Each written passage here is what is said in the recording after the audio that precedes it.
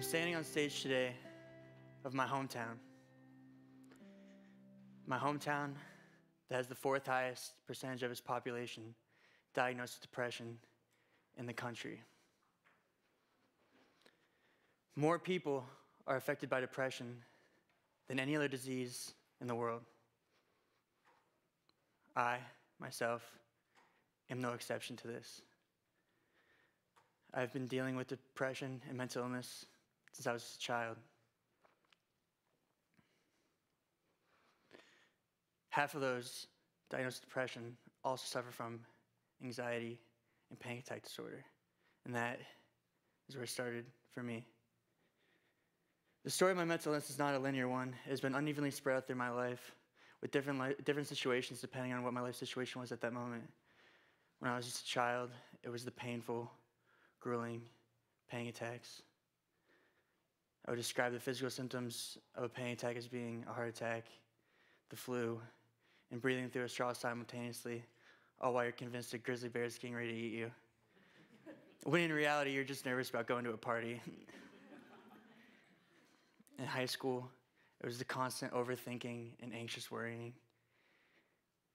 I struggled going out to eat, being with friends, and long car rides. In college, I was on the track team. We would drive 2 or 3 hours for meets, and I'd have to have a bag of things clenched in my hand. Advil, Pepto-Bismol, water bottle, just in case I had an anxiety attack. Anxiety attacks can become so severe that if a person doesn't know what's going on, they might be convinced that they're having a heart attack or a stroke and wind up in the hospital, only for the doctor to find nothing wrong with them. In college, I was on the track team.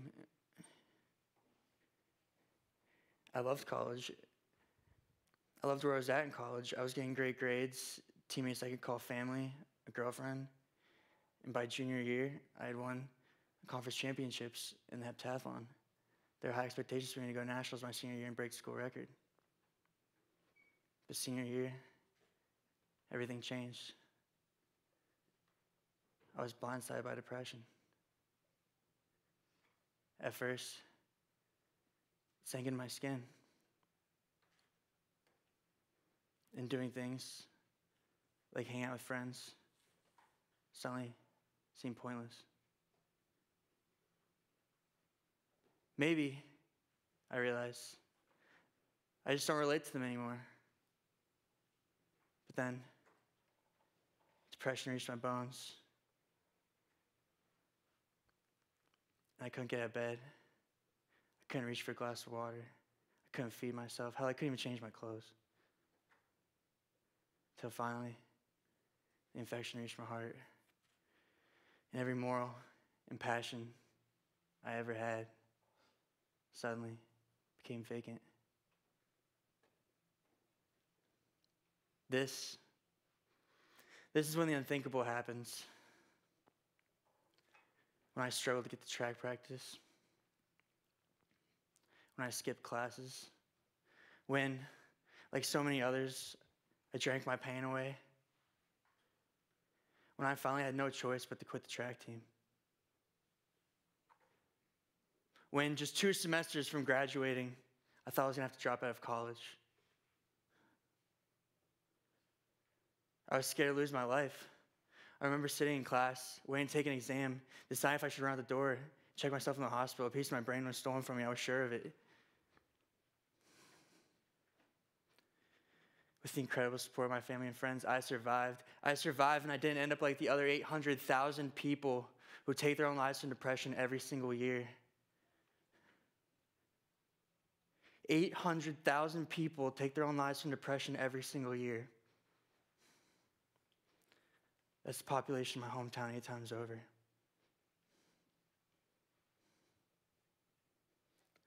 I was lucky enough to still graduate on time, but I missed out on my senior year of track and my dream of going to nationals and breaking school record, something I can never get back.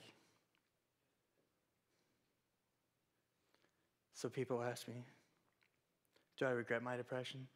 Do I regret everything that happened? Absolutely not. Those dark, lonely times are what molded me into the person I am today. I don't think I'd have half the courage I do now without mental illness. Mental illness has taught me to appreciate the simple things in life. The smell of a hot cup of coffee, laughing hysterically with friends, putting my phone down and having dinner with my family, reading a book that makes you feel something. If I didn't have these issues, maybe if I didn't have these issues, maybe I would have missed these things. If I had been comfortable, maybe I wouldn't be as passionate and driven in life as I am right now.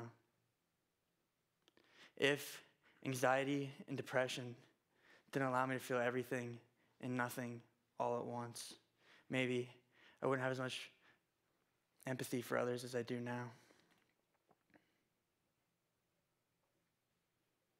As a culture, we have blurred the lines between what is someone's character and what is a disease. And as a result, we've created stigmas that are preventing people from getting help they need from a lethal yet highly curable illness. The World Health Organization named depression the number one disease worldwide, number one disability worldwide. Yet we have to lie to our bosses, lie to our teachers, lie to our significant others because we're afraid that they'll think we can never contribute to society ever again. I lied to so many people. I made up so many excuses because I was embarrassed and ashamed. Most often when I gained the courage to tell people what was going on, they would say, "Life isn't that bad, man. You're just in a stressful time in your life," or "just be happy." Those are probably the three most frustrating things I'd ever heard because deep down, I know my life is wonderful. I know how great it is, but I still feel this way. You don't tell a person with cancer to go walk it off, you're having a bad day, so why are we doing it with depression? What other disease since modern time can you think of that ignorance has caused to become such a phantom that can fly under the radar and cause so much damage without properly being diagnosed and seen for what it is, to be the root of so much addiction and destruction? If I could give one piece of advice to someone who's trying to help someone through depression who has never gone through it on their own, it would be this.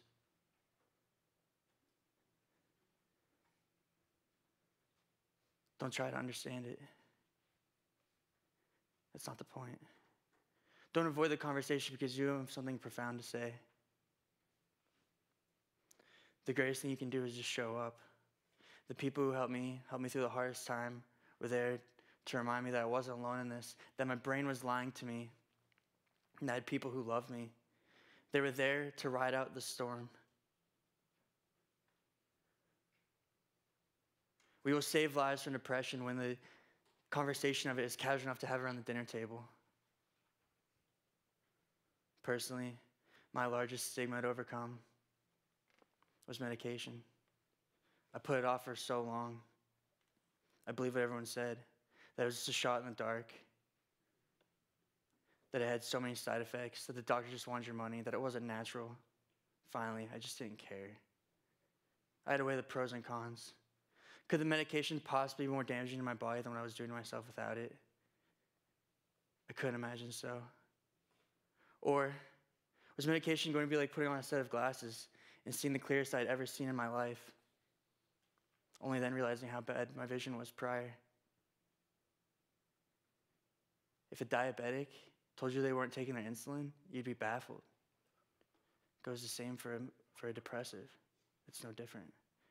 I can honestly say that since taking medication, I feel like I have my life back, as if the part of me that was stolen was returned.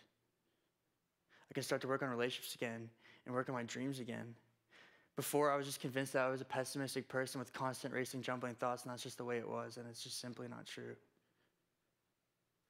But please, do not misinterpret this as being a magic bullet. It is not. The way we treat mental illness still has a very long way to go, but this is a step in the right direction.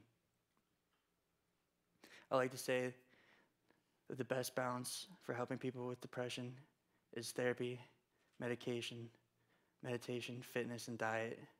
I like to say that medication is like water wings that helps keep your head afloat so that you can stay consistent with your wellness plan and follow through. I have one last piece of advice for anyone who's going through mental illness. You can have the best therapy in the world, the best medication, and the best support system, but if you don't want to help yourself, I'm telling you right now, you will never get better. I had to fight to get better. I don't want more than anything in life. I had to put aside jobs and relationships and my dreams. The perfect girlfriend, the perfect dream job wasn't going to fix me. I had to fix me. I had to trust myself that if I put my health first, the rest would come on its own, not the other way around.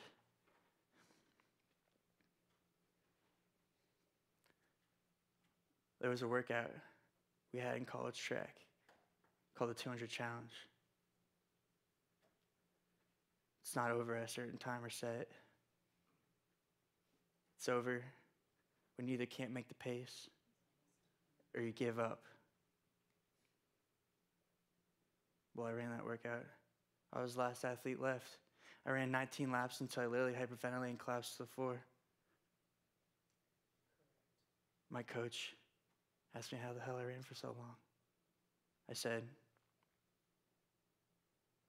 I've been here before. Thank you.